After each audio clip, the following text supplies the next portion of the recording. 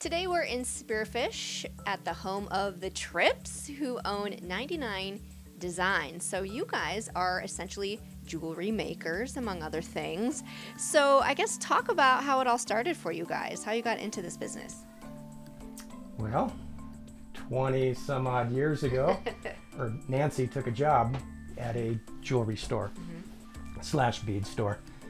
And the lady was a jeweler that owned it, and she taught classes. So I took a class and went, oh, this is kind of fun. I was doing heavy equipment operating at the time. Guess the rest is history. I took that class and things morphed, and then we bought the store from her. And you've been in the Spearfish area for over a decade, and you essentially do the jewelry out of your home, but also talk about the community education classes you guys all do. Community Ed got a hold of us about 10 years ago and asked us if we wanted to list some classes, so we did. And it's just been phenomenal. We do probably 8 silversmith classes in the fall and about 10 or 12 in the spring.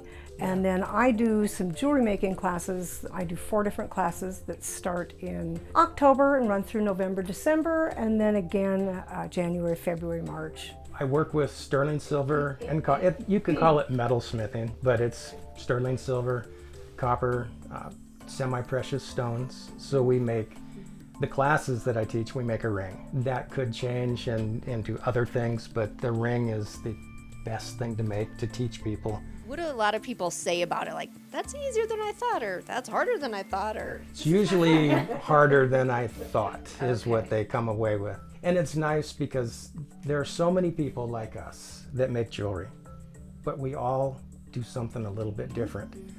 And when you go to a craft fair or you go to a jewelry store and you see handmade, handcrafted jewelry, you appreciate what goes into it. And I try to teach them kind of incrementally. So I start with one that's called hammered links.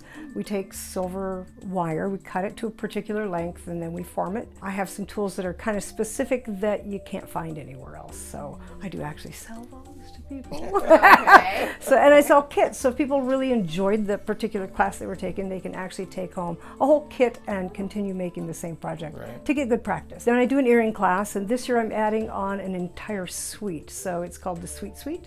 So you'll make a necklace, a pair of earrings, and a bracelet to match.